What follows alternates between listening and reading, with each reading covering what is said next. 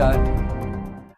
आज हमारे जो इलेक्शन कमीशन के रिफ़ॉर्म के ऊपर जो लगातार वीडियो हम अपलोड कर रहे हैं यूट्यूब के ऊपर, तो उसके ऊपर लोग कमेंट्स कर रहे हैं और उन कमेंट्स के ऊपर हम कुछ रिप्लाई वीडियोस भी बना रहे हैं।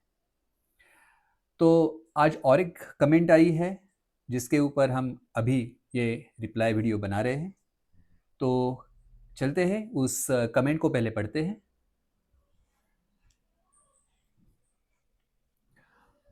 आप एक बूथ में जाके प्रयोग करें, तब पता चलेगा वहाँ क्या-क्या समस्या है। ये समस्या बातों करने में नहीं दिखती। आपको शायद ये पता नहीं है कि आप जो संगठन की बात हाल कर रहे हो, संगठन सालों से पक्ष के लोगों ने कर साल पहले बना रखा है। आप तो अब बनाने की बात कर रहे हो, तो आप एक बूथ पे प्रयोग करें, तब वहाँ की समस्या दिखेगी। इसलिए वहाँ कोई लोग जाना नहीं चाहता है। और आप तो पहले बोल देते हो हम तो ये नहीं करेगा, सिर्फ शिक्षा देंगे। तो साहब लोगों को पता है सब बूथ पे पक्ष के लोगों है, आप नहीं जाना चाहते हो, तो फिर हम क्यों वहां बूथ में जाके टकराए। तो आपकी बात तो ये है कि कोई गंदी नाली को सफाई करने लिए आप नाली में नहीं उतरेंगे, पर लोगों को कहेंगे आप नाली में उतरे, साफ करिए, हम गंदे नहीं होगा। तो लोग ये बात जानते नहीं है क्या।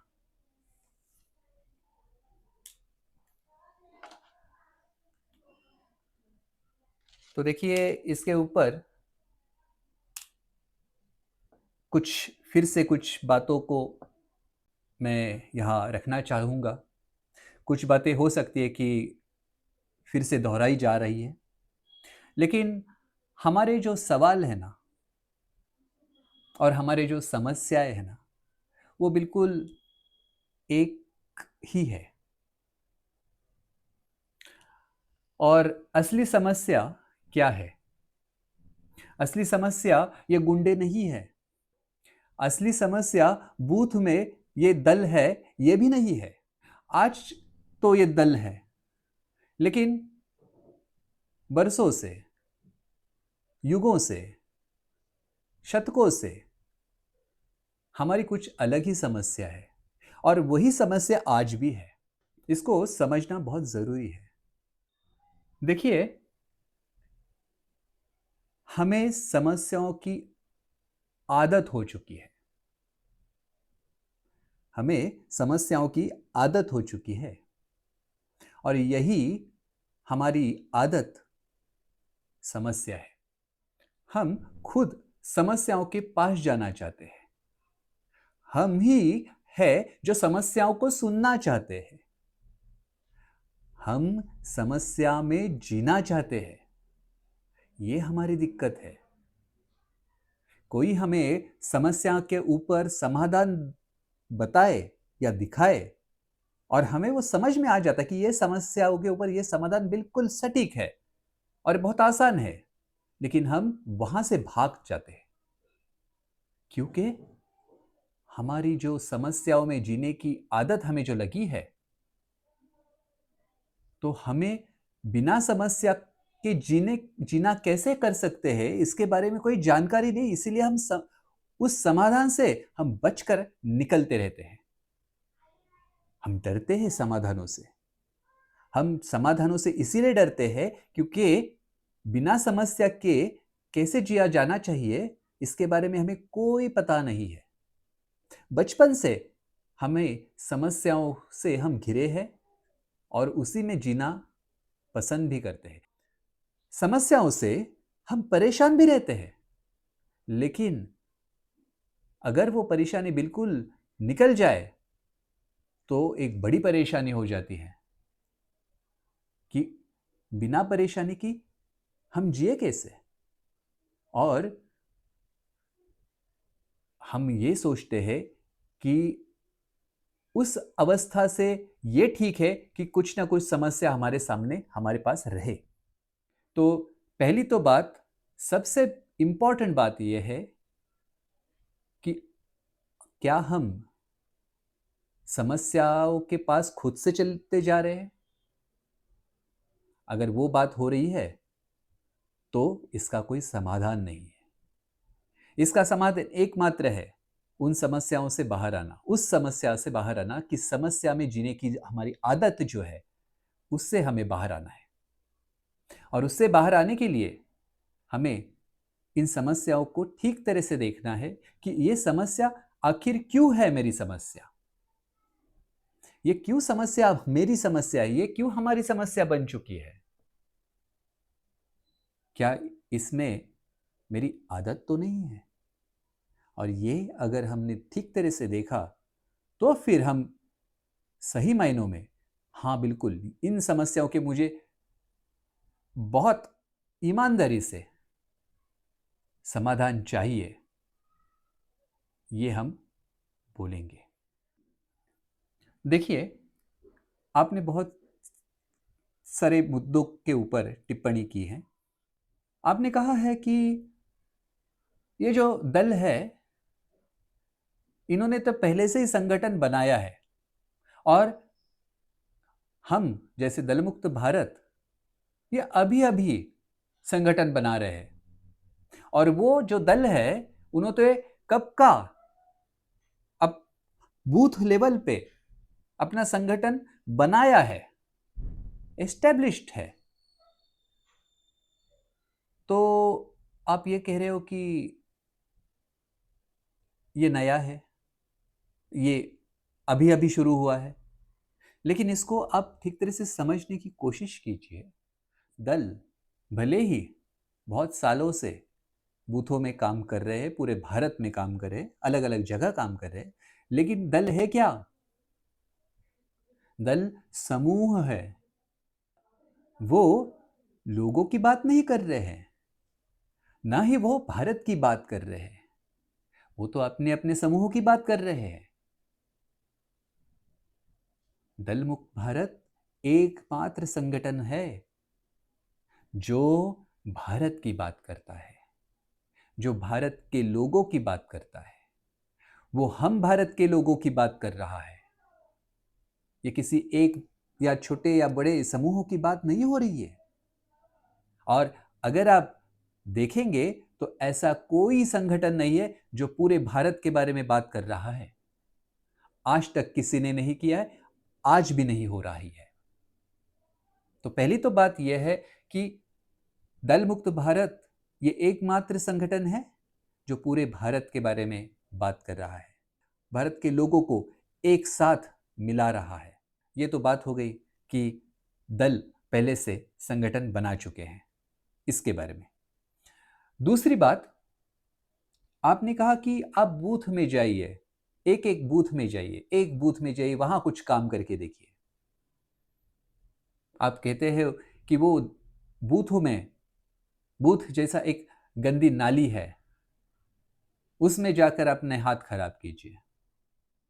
आप ये मत हमें बताइए कि गंदी नाली में हमें जाना चाहिए और अपने हाथ खराब करने चाहिए। यही है। तो इसके ऊपर हम ये कहना चाहते हैं कि ना हम उस नाली में जाना चाहते हैं और ना हम ये चाहते हैं कि आप भी वहां जाए। गंदी नाली को आप गंदी नाली कह रहे हो क्योंकि आपको पता है वो गंदी नाली है और हमें भी पता है वो गंदी नाली है। तो वही तो समस्या है ना। तो फिर समस्या के पास क्यों जा रहे हो? समाधान के पास क्यों नहीं आ रहे हो? यही हमारा सवाल है। हम ये नहीं कह रहे कि हम भी नहीं जा रहे तो आप जाओ, ये नहीं कह रहे। हम ये कह रहे कि कोई भी उस गंदी नाली में नहीं जाएगा।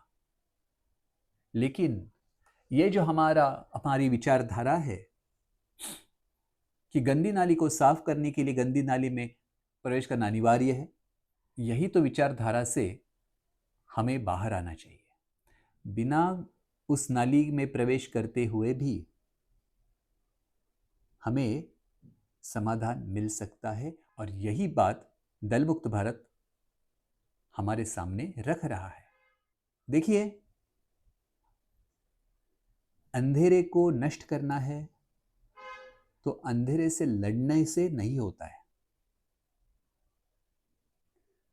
अंधेरे को नष्ट करना है तो बस उजाला लेके आइए और आप देखेंगे कि उजाला जैसे आ जाता है, अंधेरा तो गायब हो जाता है, उससे लड़ने की जरूरत भी पड़ती नहीं है।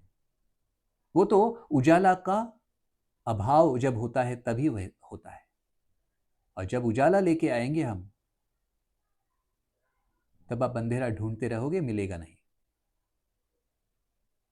ऐसे ही शिक्षा नाम का जो उजाला है, वो इन पूरे गंदगी को, इस गंदी नाली को, इन गुंडागर्दी को, सबको ऐसे गायब कर देता है। लेकिन हमारी इस समस्याओं में जीने की आदत की वजह से हम शिक्षा को बिल्कुल नजरअंदाज कर देते हैं। शिक्षा का महत्व ही हमारे पल्ले नहीं पड़ रहा है। शिक्षा ही उजाला लेके आने वाला है। लोकतंत्र में अगर लोग शिक्षित नहीं होंगे तो लोकतंत्र की जगह दलतंत्र प्रस्थापित होता है। इसलिए हर एक व्यक्ति को लोकतंत्र के बारे में, संविधान के बारे में, चुनाव के बारे में सज्ञान होना ही पड़ेगा, जानकार होना ही पड़ेगा। इसका कोई पर्याय नहीं है। अब कितने भी दूसरे तरीके अपनाने की कोशिश कीजिए, कुछ हासिल नहीं होगा। आज तक कुछ हासिल नहीं हुआ है। जो लोग हमें कहते हैं चलिए रास्ते पे आ जाइए, तोड़फोड़ कीजिए, रास्ता रोको कीजिए, रेल रोको कीजिए, धरना दीजिए, अनशन कीजिए, रामलीला भर दीजिए, कुछ होने वाला नहीं है। हम जो बात कर रहे हैं वो ये है कि हम एक बूथ के ऊपर फोकस नहीं करेंगे, हम हर बूथ के ऊपर फोकस करेंगे। ये जो जब बातें होती है कि एक बूथ में करके दिखाइए, ऐसे नहीं होने वाला है।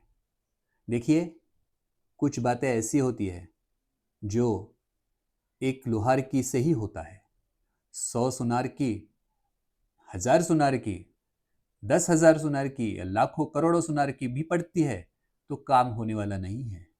लेकिन एक लोहार की काम कर जाएगा। तो इसीलिए हम ये कह रहे हैं कि पूरा का पूरा भारत को शिक्षित करना है। मैं अकेला नहीं, हम 2,32,00,000 लोग, भारत के लोग आगे बढ़ेंगे और उन 2,32,00,000 लोगों को साथ देंगे 100 करोड़ मतदाता, और तभी परिवर्तन होगा और परमानेंट परिवर्तन होगा। ये जो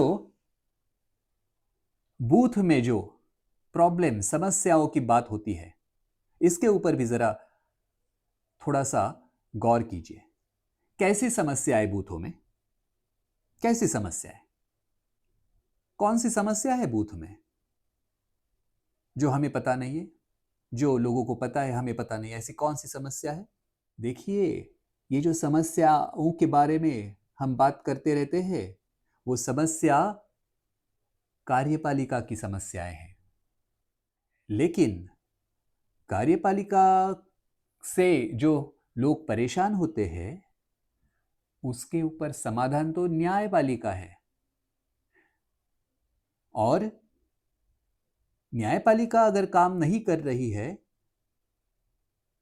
तो हमें यह समझना होगा कि ये क्यों नहीं कर रही है। और इसको समझने के लिए हम हमेशा ये कहते हैं कि आज तक न्यायपालिका स्वतंत्र नहीं है, स्वायत्त नहीं है। कार्यपालिका